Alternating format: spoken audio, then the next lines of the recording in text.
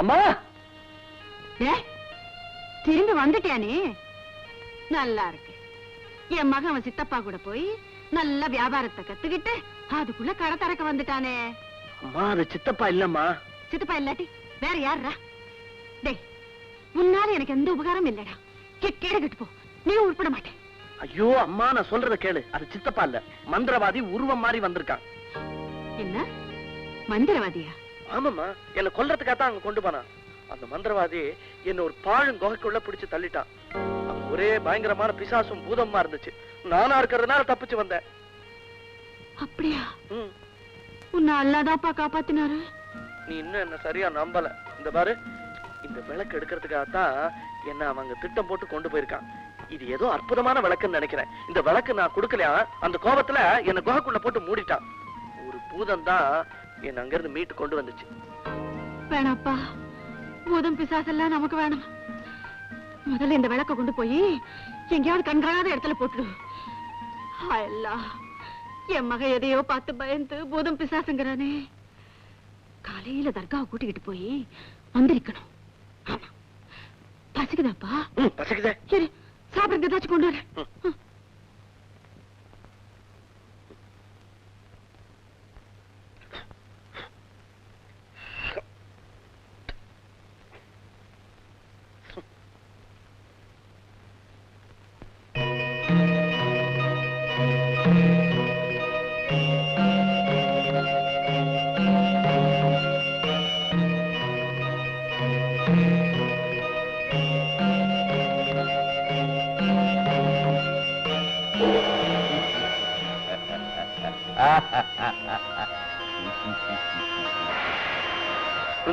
யார் நீ? நான் தான் சம்ரல் அமீர், பூதங்களின் பூதம். 7 கடலுக்கு அப்பால் அரக்கு மாளிகையில் இருக்கும் உங்கள் அடிமை. நீ இங்க இருக்கா வந்த? இந்த விளக்கு யார் கையில் இருக்கிறதோ அவர்களுக்கு நான் அடிமை. அவர்கள் சொன்னதை செய்வது என் கடமை. அப்ப இந்த மோதிரத்தில் ஒரு பூதம் இருக்க, அது? அவன் ஹிம்ராத், சின்ன பையன். நான் அவனை போல் 1000 மடங்கு சக்தி படைத்த பூத உலகின் சக்கரவர்த்தி. இந்த விளக்கை தேய்த்தால் வருவேன், போவென்றால் போவேன். நான் உங்கள் அடிமை. ஆணையிடுங்கள், வேண்டியதை தருகிறேன். எனக்கு ரொட்டியும் கோழியும் வேணும்.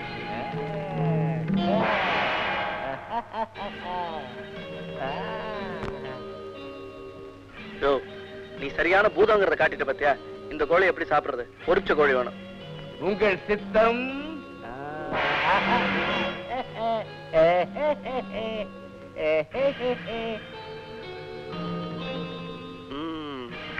நல்லா இருக்கு. அமீர், நீ இப்ப போ, நான் கூப்பிடும் போது வா.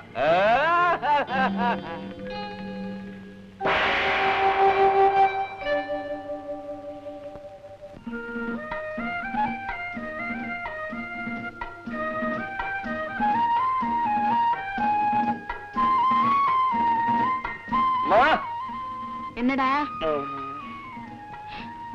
என்னப்பா இதெல்லாம்? இதெல்லாம் எங்க இருந்து கிடைச்சது? ரொட்டியும் பொரிச்ச கோழியும் என் தோஸ்து கொண்டு வந்து கொடுத்தா. தோஸ்தா? எனக்கும் அந்த மாதிரி கௌரவமான தோஸ்தெல்லாம் இருக்கு. சாப்பிடு.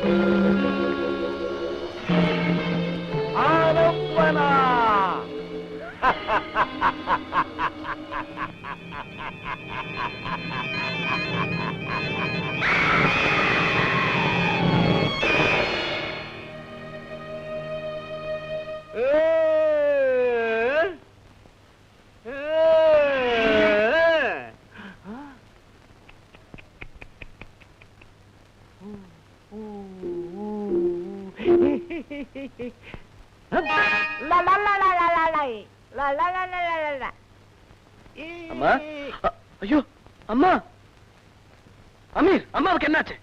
ஆரம்பனா உன் தாயார் விளக்கை தேய்த்ததும் நான் பிரத்யட்சமானேன். என்னை பார்த்து பயந்து மூர்ச்சியாகி விழுந்து விட்டார்கள்.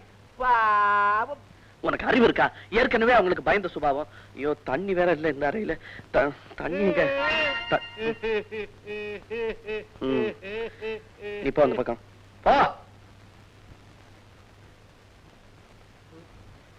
அம்மா அம்மா அம்மா அம்மா அலாவுதீன், பயப்படாதீங்கம்மா. இது அமீர், என்னோட சிநேகித பூதம். நம்மள ஒண்ணும் செய்யாது. கண்டவங்க கூட சேர்ந்து சுத்தினேன்னு கவலைப்பட்டேன். இப்போ பூதம் பிசாசுங்க கூட சேர்ந்து சுத்த ஆரம்பிச்சுட்டியா? இந்த விளக்கை தேடி என்னை வரவழைத்தால் நீங்கள் என்னிடம் ஏதாவது கேட்டே தீர வேண்டும். நான் கொடுத்தே தீர வேண்டும். இல்லாவிட்டால் என் தலை சுக்குநூறாக வெடித்து விடும். என்னிடம் ஏதாவது கேளுங்கள். சரி சரி, நீ அழாத. அம்மா ஏதாவது கேளுமா. எனக்கு ஒண்ணும் வேண்டாம், முதல்ல அதை போ சொல்லு. நீ சரி பாவம் ஏதாவது கேளுமா. இந்த தலை வெடிச்சா என்ன கதை அவன் யோசிச்சு பாரு. கேளுமா. உடுத்திக்கிறதுக்கு நல்ல துணி கொண்டு சொல்லு. நல்ல துணி கொண்டா.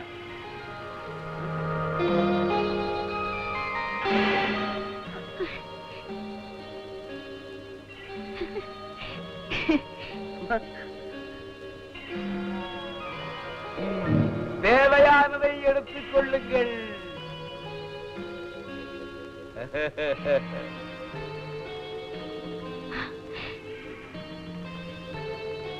நல்ல புதன்டா. அமீர், இந்த வீட்டை ஒரு நல்ல மாளிகையா மாத்தி கொடு.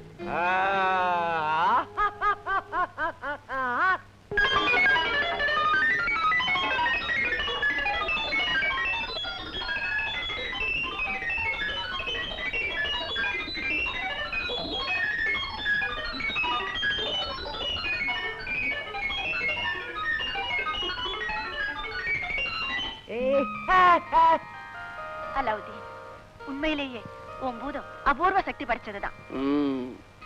இப்ப என்ன சொல்றீங்க? அலாவுதீன் எதுக்கும் லாயக்கு இல்லாதவன் சொன்னீங்களே, இப்ப என்ன வேணும் கேளுங்க. மகனே, நீ இனிமேயும் பொறுப்பில்லாம இருந்தா நல்லா இருக்காது. பேசாம உன் வாப்பாவுடைய கடையை மீட்டி ஏதாவது வியாபாரம் செய். அவ்வளவுதானே? அலாவுதீன், இந்த பூதத்தை வச்சுக்கிட்டு ஒரே நிமிஷத்துல எல்லா காரியத்தையும் செஞ்சுட்டா பாக்குறவங்க ஏதாவது சந்தேகப்படுவாங்க. அதனால நமக்கு ஆபத்தம் வரும். பின்ன எப்படி? ஒண்ணு செய். சாமநாட்டு இளவரசிய கொள்ளக்காரங்க கிட்ட இருந்து நீ காப்பாத்தினதுக்கு ராஜா பரிசு கொடுத்தாரு இல்லையா? அந்த பணத்தை வச்சு கடையை ஆரம்பிச்சதா சொல்லு. அதே பணத்தை வச்சுதான் வீட்டையும் கட்டினதா சொல்லு. அப்ப சந்தேகம் வராது. சரிம்மா. இந்த அமீர் பத்திய ரகசியத்தை நீ யாருகிட்டயும் சொல்லாது. நான் சொல்லுவேனா? அது சரி, இப்ப பயம் போயிடுச்சா? நமக்கு உதவி செய்யறவங்களை பார்த்து நான் ஏன் பயப்படணும்? அம்மா, நம்ம கஷ்டத்தை எல்லாம் போக்கத்தான் இந்த அமீர் புத்தத்தை எல்லாம் அனுப்பிச்சிருக்காங்க. சரி, நான் போய் ஜமீலாவையும் அபூபக்கரையும் கூட்டிட்டு வந்துடுறேன். அவங்களும் இந்த வீட்டை பார்க்கட்டும். அமீர், நீ காணாம போயிடு.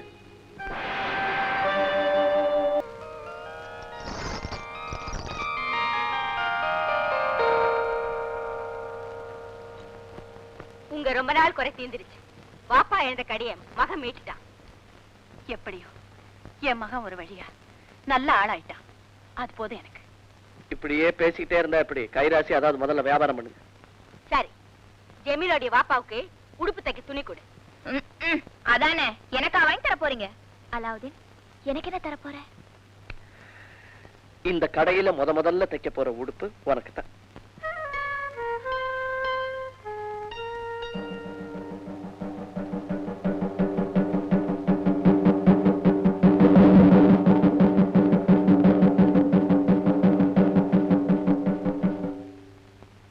ராஜாங்க அறிக்கை. இதனால் எல்லோருக்கும் தெரிவிப்பது என்னவென்றால், இளவரசி ரோசினி நாளை பௌர்ணமி நீராட உத்தியாவனம் வர இருக்கிறார். அந்த நேரத்தில் பொதுமக்கள் யாரும் வீதிகளில் நடமாடக்கூடாது. மீறினால் சிரச்சேதம் செய்யப்படும். இது பாக்தாத் பேரரசின் ஆணை.